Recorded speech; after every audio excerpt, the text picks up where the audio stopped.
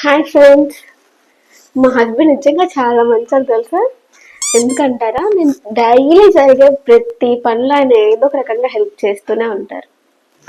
रुको जरा सबर करो. ఇలా నేను ఇల్లు చిమ్ముతా ఉంటే ఫ్యాన్ ఆపేస్తుంది. ఇలా నేను మాప్ పెడతా ఉంటే ఫ్యాన్ ఆన్ చేస్తుంది.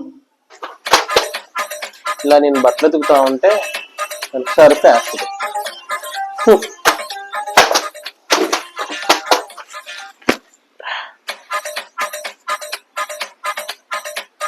ఇలా నేను బట్టలు ఆరేస్తే క్లిప్పులు పెట్టిద్ది.